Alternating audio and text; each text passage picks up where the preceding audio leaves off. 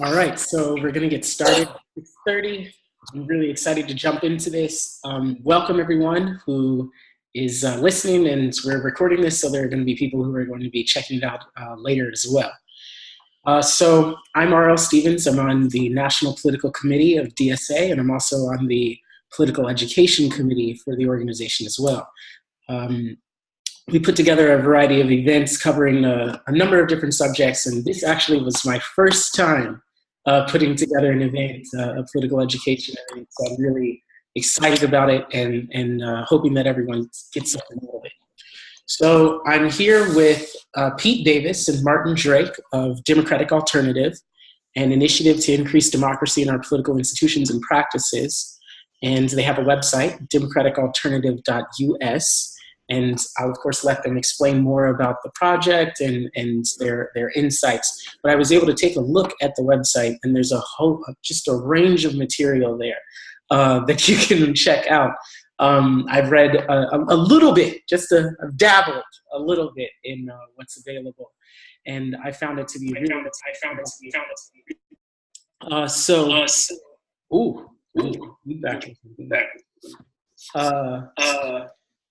Let's see, where are we getting that echo? Is that me? I think we're good. So I'll let them explain more, but they're two students at Harvard Law School, which is how I met them, because I was giving a speech at Harvard Law School in the Harvard Law Forum back in November. And so Pete actually invited me to do it. And so it was a real honor to get to participate in that forum. And I found the interaction to be really enriching for me personally, and really a good challenge, a good way to develop politically. So we wanted to bring that kind of dynamic to DSA as well, in terms of asking these deeper questions about democracy and about power and how exactly we should be engaging on those issues. So without any more introduction, I'll let Pete and Martin take it away from here. And I'm really excited. Thank you so much. I'll mute myself. But just a couple of quick things. They're going to do a presentation. It's going to be about 30 minutes or so.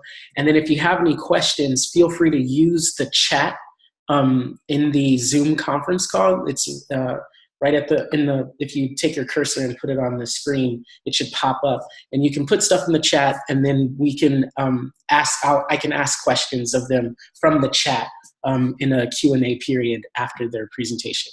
All right, take it away, Martin and Pete.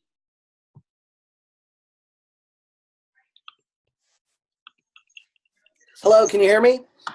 Yes. Great. Okay. Hi. So I'm Pete Davis. Over to my right or left is Martin Drake, waving right now. And we're two members of the Democratic Alternative. We're so glad RL brought us here because we have aligned goals, which is, we are here to talk about the democratic part of Democratic Socialists of America. And the Democratic Alternative is an effort to restore what we call the democratic faith in American politics. Faith in the constructive genius of ordinary Americans, faith in participatory governance, faith in a conception of freedom as participation in power, that democratic faith. And so what we're going to talk about today is democracy and participation in three forms. One, very quickly, what it means in policy. Two, what it means in terms of institution building. And three, how it can be lived out in practice in democratic participatory institutions. So we'll start with policy. Martin's going to talk about institution building, and then we'll both talk most of the time about how to live it out in practice in your DSA chapter. Brief disclaimer before we start, we're just two dudes who geek out on democracy. Everything we say is probably debatable, and you probably have experience that might support this or question this or the other. So just take it as our 2 cents and hope it can inspire you or you take away some nuggets from it. So let's get started with policy. The reason we started the Democratic Alternative is because there's this standing mystery for the left, which is, why does the right continue to win despite the fact that the left seems more aligned with the popular interest. And we all have many answers to this, of course. A lot of it has to do with racism. A lot of it has to do with, they have more money, obviously. But the part that we focus in on with the Democratic alternative is their rhetorical advantage. While the left talks about specific policies, the right seems to have first principles, which are inspiring to their folks. So we say early childhood education block grants. They say small government. We say the minimum wage should be linked to the consumer price index. They say tradition, and so those are first principles, and that's an advantage in a debate. And we started the DA because we wanted to remind the left that we have some pretty inspiring first principles, and that when policy and practice flows more from first principles, politics becomes more coherent and engaging to people. And so what we propose as our 2 cents of what the first principles of the left are is democracy. We believe in advancing democracy. And this word is thrown out a lot. It's been perverted, it's been diluted, it's been watered down. But we want to reclaim it and deepen it, and that has been driven a lot, the democratic fire of a lot of the American left in history. So we see advancing democracy as 3 things. First, advancing democracy is about opening up more power to more people in more ways. Freedom is not just liberty from power, it's about participation in power. Therefore, small d Democrats take venues of power enjoyed by the few and open them up to the participation of the many. We believe in an open democracy if we believe in opening up power to more people in more ways, which means more people having their voices heard and ideas realized and how things are governed, but also an open economy, more people having their voices heard and ideas realized in what and how things should be produced and consumed. It's the creative work of opening up more power to more people in more ways. That's openness. Second, advancing democracy is about strengthening people to wield their power, to realize their individual and common dreams. It's stronger citizens, more empowered, more secure, more equipped, and stronger communities of citizens too, more empowered, more secure, more equipped. And it's not just empowerment, helping more people realize their dream. Strength is also about solidarity, helping more people see each other's dreams as their own. That's strength. So openness and strength is part of democracy. And third, and importantly, advancing democracy is about having a single citizenry. Everybody in, nobody out. Democratic nations have no second-class citizens and no business-class citizens. One citizenry in the eyes of the nation. They don't care if democratic nations shouldn't care if you have shared ancestors, because what binds them together is that you have shared descendants. Your roots lie in the future. And thus, democratic nations aim to excise barriers that get in the way of building a nation together as a single citizenry, one nation. So that's what democracy means to us at the Democratic Alternative. Open power, stronger people, one nation. And that informs some of the policies we fight for. We'll get to the institutions that are built with that and the practices, but let's start with some of the policies we're fighting for with these institutions and practices.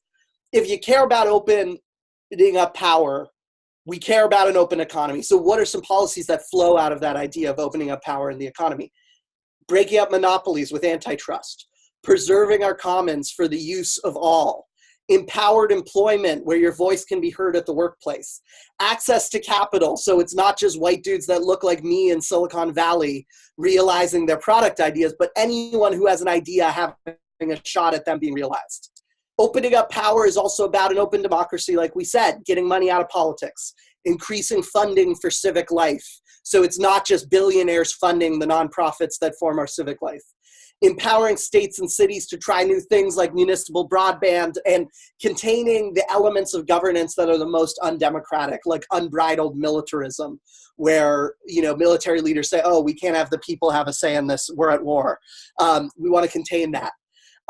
So that's open. That's how some policies flow out of open power. How does policies flow out of strong people? Well, strong citizens providing income, health, and housing security, increasing access to education, and something not talked about in policy enough, supporting pedagogies in the schools that value democratic empowerment over corporate servitude. And so that's strong citizens, but also strong communities. That's deepening local community bonds, developing local economies and food systems, organizing participatory counterbalances to corporate and state power, like labor unions and tenant unions and prison unions and consumer unions. It's about transitioning to a caring system that does not hide and manage the old and the young and the imprisoned and the addicted and the mentally ill and the sick, but rather integrates them into community life, that we all share in the care of them. And finally, it supports, if we care about one nation, we care about knocking down the barriers to one nation, so racial justice and gender justice, and disentrenching historic stigmas that plague citizens with mental illnesses or disabilities or past criminal records, or even those that plague citizens without proper citizenship documentation, because we're not going to have shadows in a democratic America. Everyone who is here in this place will be in the light. So these are the policies that sprout out of that first principle of a democratic faith, that every ordinary American has extraordinary things to give our nation, that freedom is participation in power, that stronger people and a more open nation moving toward a single citizenry is the best way forward. So that's policies. But it's not just policies that sprout out from a deep belief in democracy. It's also institutions and practices. So I'm going to throw it over to Martin for part 2 of 3, which is about democratic institution building. Okay, yeah, so Pete just gave you a good overview of how this, democracy as a bedrock first principle of leftism, it springs forth these policies. And I'm going to go into, as he said, what this looks like in our institutions. And I think the way we see it, there's sort of 2 avenues through which we achieve this participatory democracy in our modern institutional context. For the institutions that dominate us currently, the ones that we don't own, that we can't make democratic outright, what we do is we build more countervailing democratic power. Pete mentioned some of this already, but that is, trade unions to allow democratic power in the workplace, consumer unions that allow democratic power in the market, tenants unions, they allow democratic power where you live. And you can add to that list prison unions and countervailing power that gives you a voice in government bureaucracy, like the welfare rights movement in the 1960s. And right now, Pete just showed me this article today of how in New England, people are actually organizing an opioid user union to fight the stigma around drug use. Drug users are dominated by a multitude of institutions that they have to find a way to wield power against, whether it's law enforcement, the carceral state, or even the pharmaceutical industry. So, for these ideas, I'm going to enter a shameless plug for Democratic Alternative here. We'll be releasing our first batch of syllabi in the coming weeks. And one of them is called Building Countervailing Power. It provides what we think is a pretty solid set of readings to understand what a vision for countervailing power looks like. But so that's just one half, right? That's one half of these potentially participatory institutions. But for the institutions that we already own, our civic groups like DSA, we need to ensure the democracy in them is the robust and deep version of democracy we're talking about. And this is where the sort of real meat of our talk today is. In our view, democracy in any group or institution means participation in and ownership of decision-making. It's not simply voting for representatives. The end goal of any participatory institution is to turn that institution into a real community and turn its members into citizens who use their own constructive genius to shape the goals, the projects, and the content of that community. Now, unfortunately, we've inherited a very weak conception of democracy and participation in civic spaces in our country. We used to have these fantastic mass membership in participatory civic organizations. One of the most impressive and probably unfortunate manifestations of this deeper participatory democracy in the US is the temperance movement, which we all know and love, that eventually passed the 18th Amendment banning the production of alcohol. It's interesting, there's actually a lot to learn from the temperance movement. Temperance movement organizations like the Sons of Temperance, the Women's Christian Temperance Union, were massive and participatory. Members of these groups were involved and took on crucial responsibilities in the group. primarily, they would vow to abstain from alcohol, making their identity as a member of the group a crucial part of their lives. Members would also set up these sort of strange and Gestapo-like task forces to investigate new members' lives to ensure that they weren't drinking and were otherwise fit to be members. Now, that's kind of weird, but the point is that they were involved, members were involved as crucial parts of the organization. They also did things like provide mutual aid, especially for victims of domestic abuse, because that was a big source of the motivation for the temperance movement. But the thing is, every member had their own part to play. Teachers would teach temperance in schools. Housewives would organize pickets of their local bars and saloons. And before long, within 10 years of their founding, and this is the Sons of Temperance was founded by like 8 former alcoholics. And within 10 years of their founding, these organizations, both the ones I mentioned, reached over 200,000 members. And by 1919, they enacted prohibition, banning the production of alcohol. You know, the power and solidarity of this participatory organization was able to do something that I think even the most radical of us might be skeptical of, banning alcohol. You know, and, you know, just anytime someone tells you your ideas are too radical or that socialism will never win, you know, just remember the success of the temperance movement. This is crazy. Constitutional amendment to ban alcohol. But regardless, there's been a shift from that membership to management in civic life and civic organizations. As capitalism has expanded into ever more facets of life, the management model of the authoritarian capitalist mode of production has been mirrored by an authoritarian structure in civic organizations. Now, what does that mean? Organizations are run by a few members of the professional class, often lawyers and lobbyists, and they only contact the demos, you know, to solicit donations or to ask for phone calls to Congress. You know, here's like the way management plays out in our civic organizations today, like say, you know, the ACLU or Sierra Club is you hire your email management expert to set up blocks of people to contact for donations on certain issues. You coordinate your emailing with different news items so that you can channel people's outrage into donations at just the right moment. You care more about dollars and votes than you care about the members' ownership of the organization. And this is reflected, like, you look at the activities of the Sierra Club in the early 1900s, and it consisted of member-led outings, trail maintenance, building huts and lodges. And now the Sierra Club's activities are focused more on email blasts, donation campaigns to fund its professional lobbyists and lawyers. Not that they don't do some good stuff. I'm not, you know, I don't want to poo-poo the Sierra Club too much because I like the Sierra Club. But the thing is, this management civics, it fuses the two worst forms of organization in our society, both of which are in opposition to democratic organization. You have consumer capitalism and some version of fascist military hierarchy. Management civics organizations, they turn you into consumers of their brand. That is, your donation purchase you an ACLU identity badge. You've shopped for this fantastic point of differentiated pride. That's the consumer capitalism part. And then the military part is, in exchange for this donation, they get to give you marching orders of how to vote, where to show up once every few months, who to be mad at.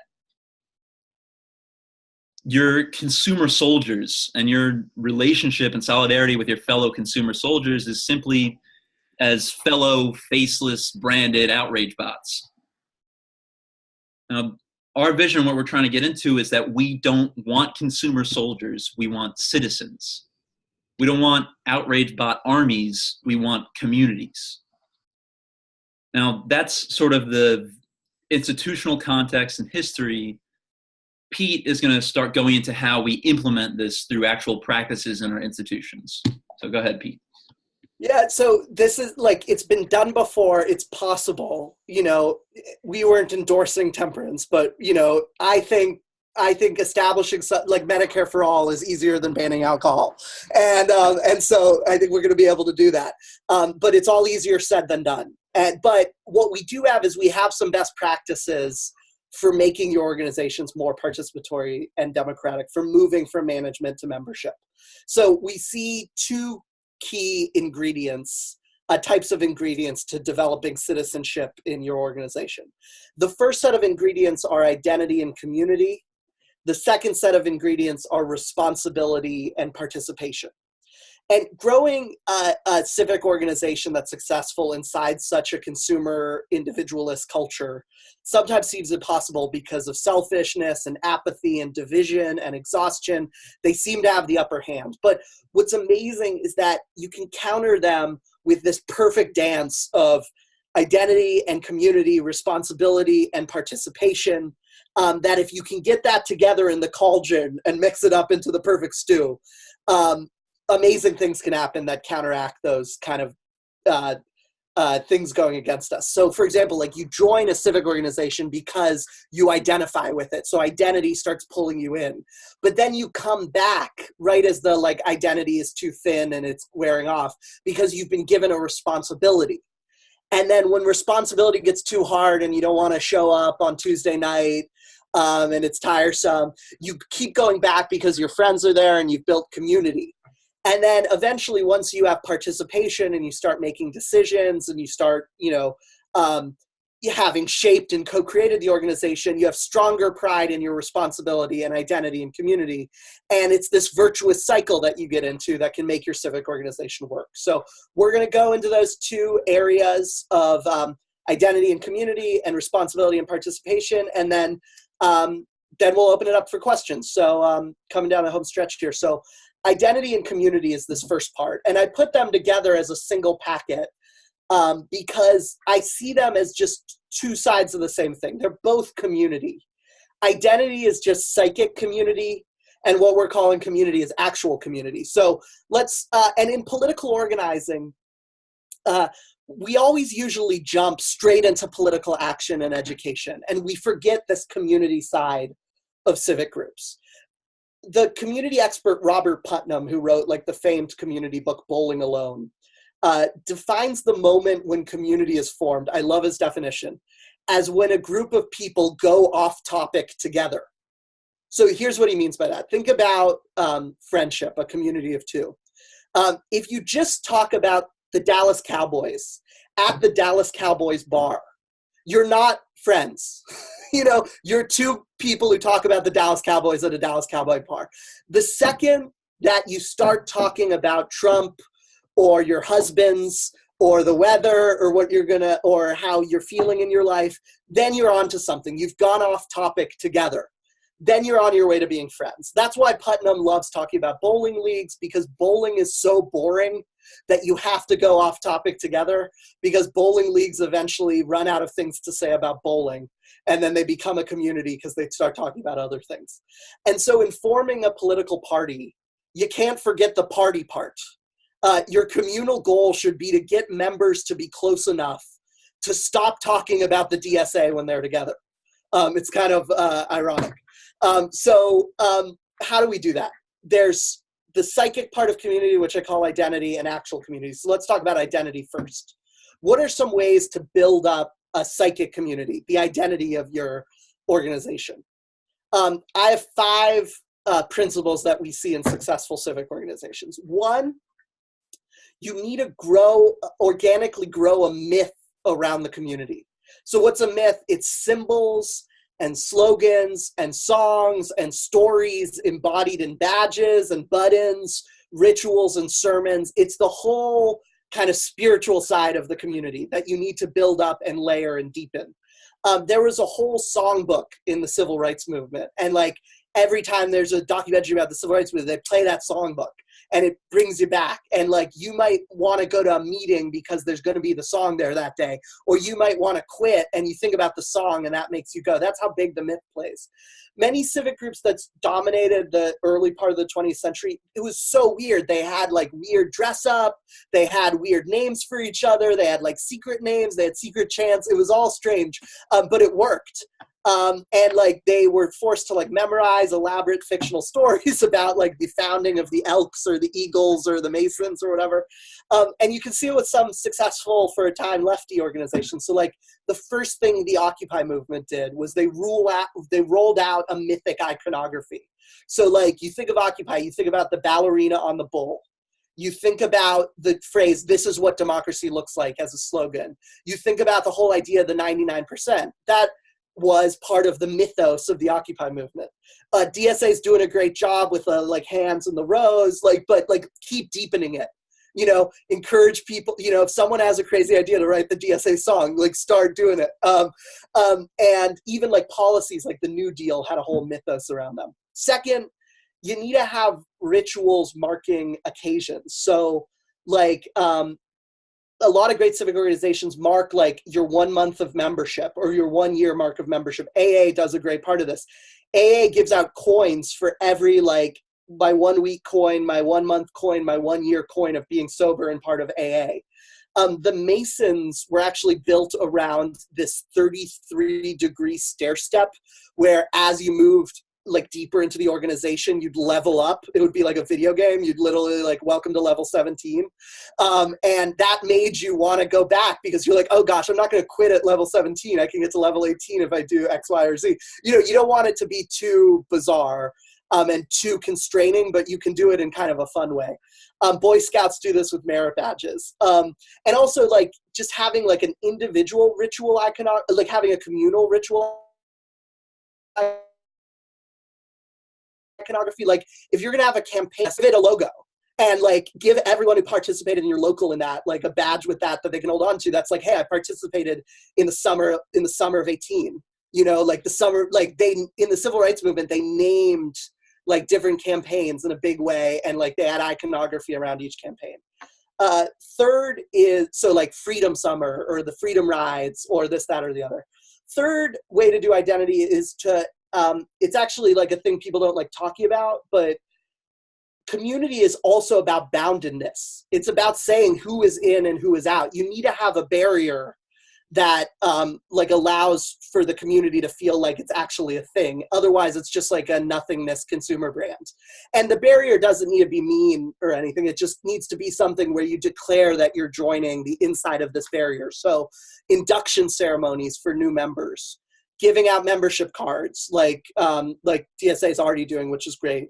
And also the dark side of it that you need to grapple with is like, how do you suspend members? That's just as important to community as the positive things. You don't want to get too negative, but like it has to be there.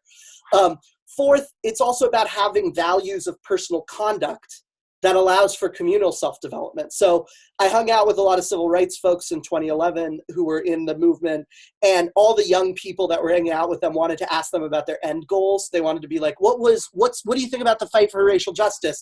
What were your ends? What were your ends? And all they wanted to talk about were the means of communal self-development. So we asked about racial justice. They wanted to talk about their vision of nonviolence. They wanted to talk about their vision of agapic love, which was the way that they were going to like act to achieve their goals. So you got to ask as a DSA how can DSA make us all better people? How can we grow in the DSA together? What is the types of standards we expect of a DSA person? Because part of this is about being able to call people out and say, that's not the DSA way. Because if you don't have a central thing outside of any individual about what the DSA is, it's just going to be about your egos when you clash with each other. But if you have a central reference point of who you are, of who we are, then you can keep referencing that and it's less about ego.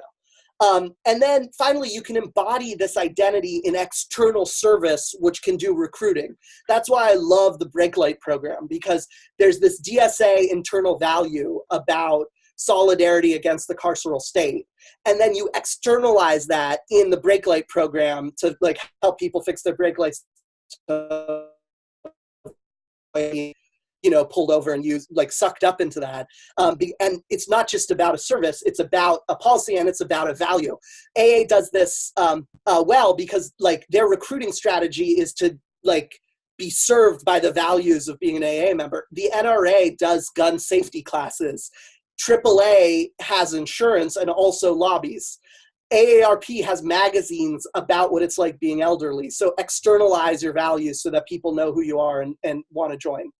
Finally, you got to pair this identity with actual community. So this is 2 of 3. So identity, community, responsibility, and participation. So actual community you got to have as well. So the simplest way is just think about having non-cause related activities. You know, at least for every 2 cause related activities, have 1 non-cause related activity. Don't make it too much of organized fun, but at least just have it be like kind of normal human things that people do. They have parties, they have concerts, they celebrate the holidays, they have meals together, things like that. There are also specific forms that help with community. So one really great specific form is the mentor-mentee, big, little, sponsor-sponsee form, which is when you join one of these groups, a lot of these great groups immediately assign you a sponsor within the group. So in AA, it's sponsors. In sororities and fraternities, it's bigs and littles. And that makes newer members like actually have a person that like can check in on them in a positive way. Like, hey, how are you liking this? What do you not understand? Oh, here's how to set this thing up. Oh yeah, here's the person to talk to.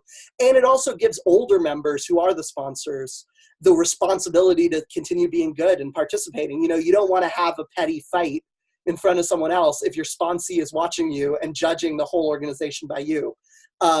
Second, including that mechanism is the big group and small group and large group mechanism out of the evangelical churches.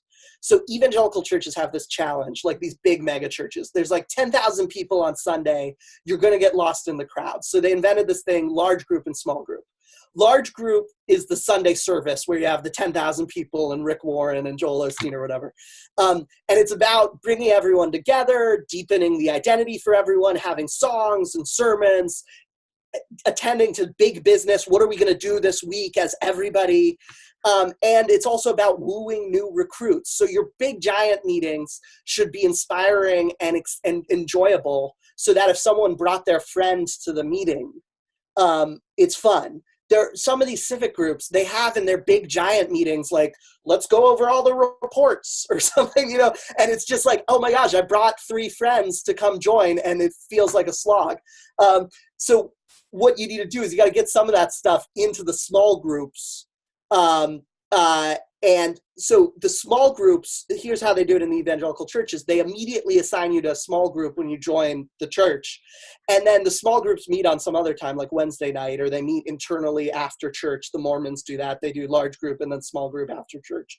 And these small groups can get things done. They can have boring work. They can be more agile. They can have a little bit of local control and do their own things. And they actually are people that will visit you when you're sick. They'll become your friends. They'll be like your real personal skin-to-skin connection to the larger organization. So those are kind of 2 things, good civic groups that are going to become communities and not just managed masses become. A psychic identity community and actual real communities that tie people together. But this needs to be supercharged with responsibility and participation, which Martin will do to bring us home. You're still muted, Martin. Sorry. Great. Yeah, so Pete just went through, that's the identity and community part.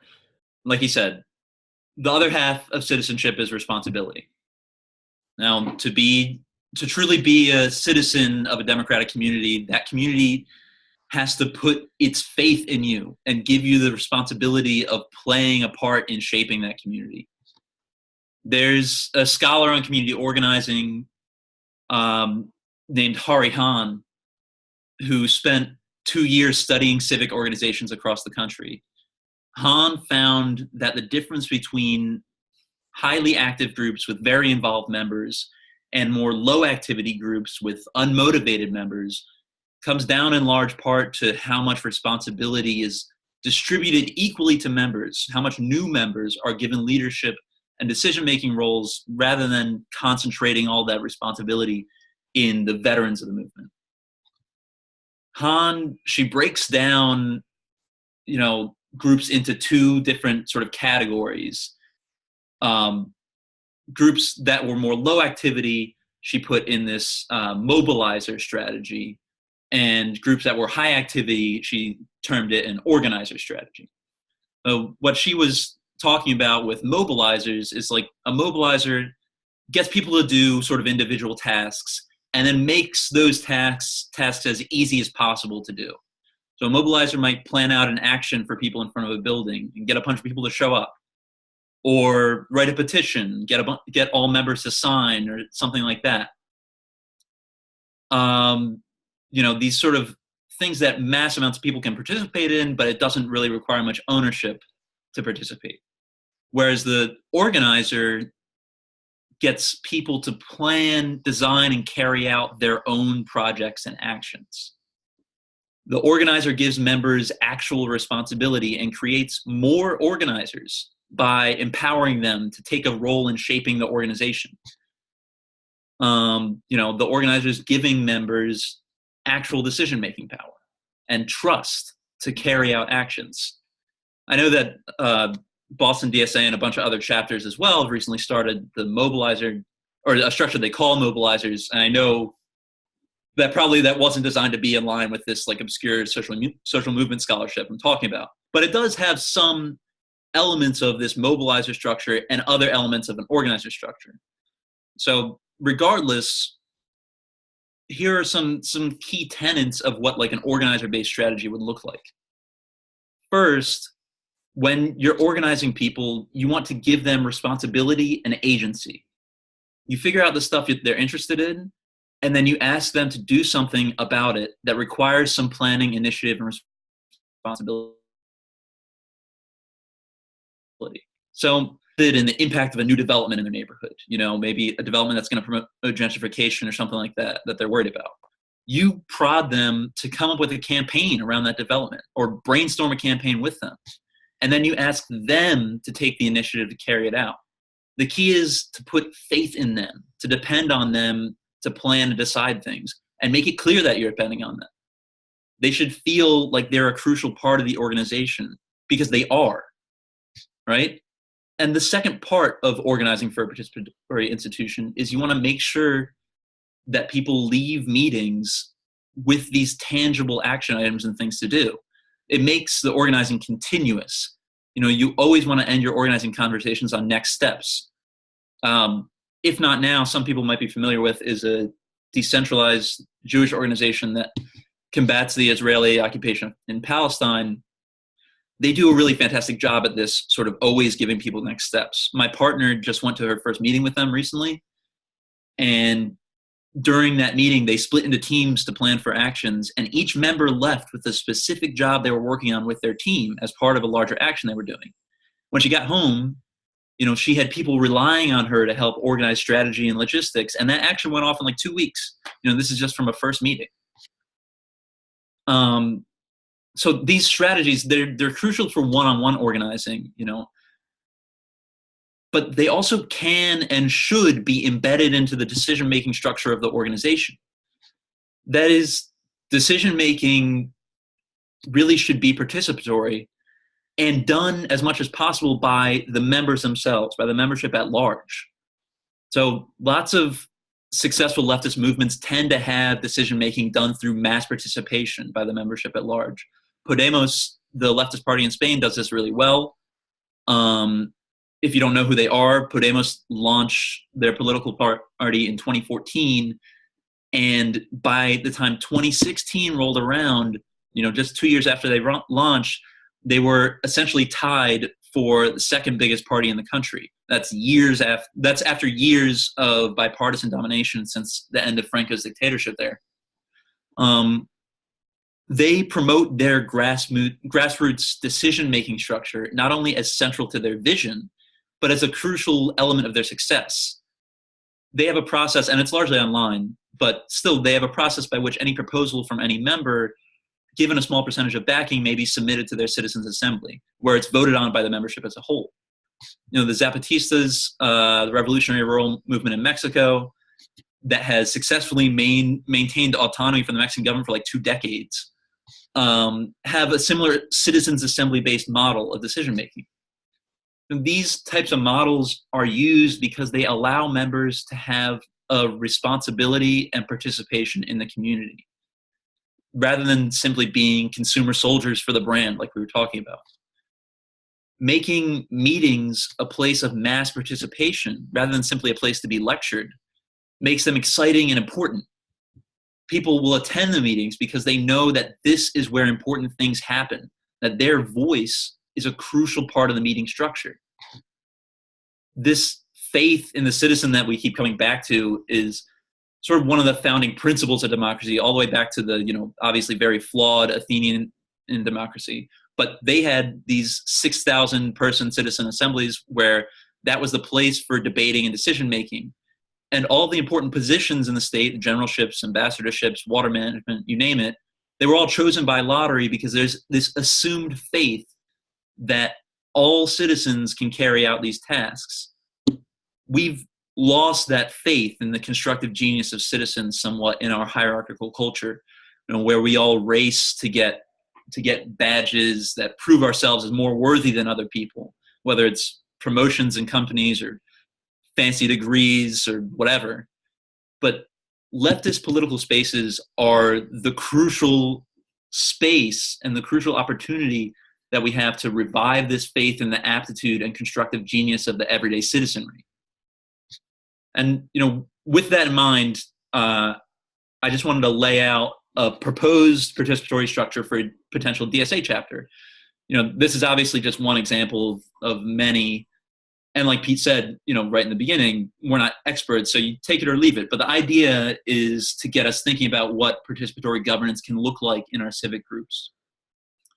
So you could imagine a chapter where you organize the chapter into what I'm calling locals and shops.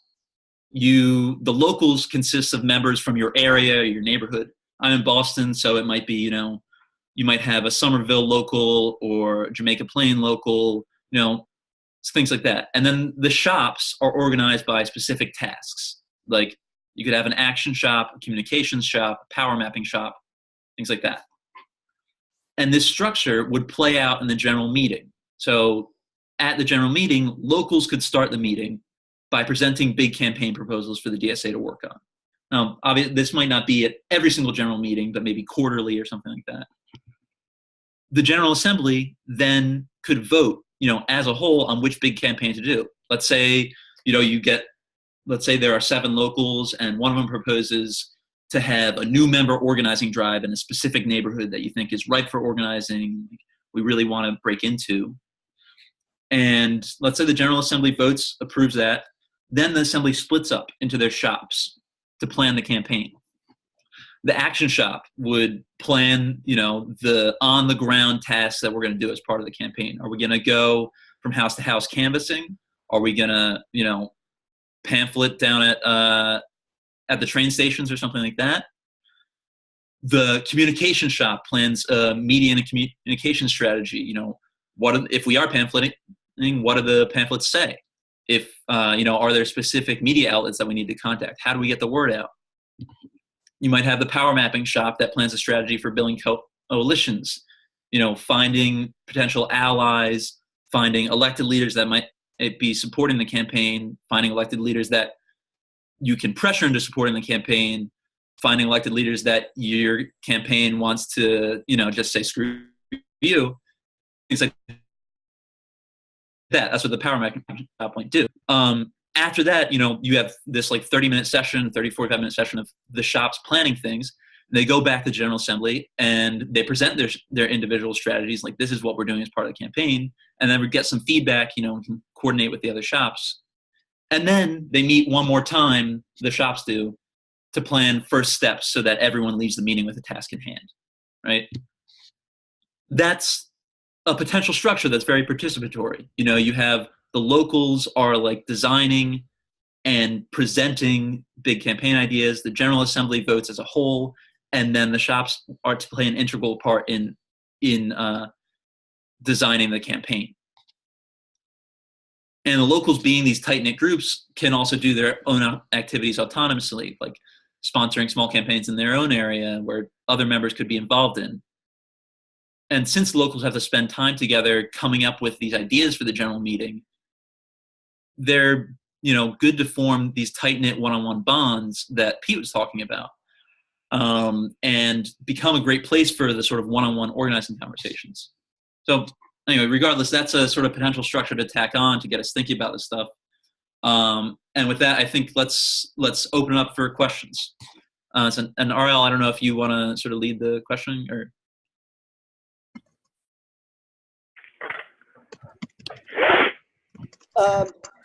Yeah, and I'll add while the questions are coming in. You can email us at martin@demalt.us or pete@demalt.us, DEMALT.us for any questions or some of the things we mentioned. Some of the books that informed a lot of this are No Shortcuts by Jane McElvey, The Secret of Scale, this great article in the Stanford Social Innovation Review, Diminished Democracy by Theda Skocpol is great on the early 20th century civic organizing. How Organizations Develop Activists by Hari Han is great, like overview of empowered organizing. Why David Sometimes Wins by Marshall Gans is an overview to like this great community organizing leader at Harvard, Marshall Gans. And then Bowling Alone by Robert Putnam is about the importance of community, not just about efficiency. And our website is at democraticalternative.us. And you'll be seeing some syllabus packs on different policies there. And we're on Twitter at Marty Drake 28 and at Pete D. Davis. But let's go to questions, RL. Sure. So I'm going to end the recording here. But before I do that, I want to thank both of you for laying out such a lot of really good questions that we can ask and giving us some models for trying to apply some of the lessons that you all have gathered. So first I'm going to end that, and then we're going to pull some questions from the chat. Give me 1 second.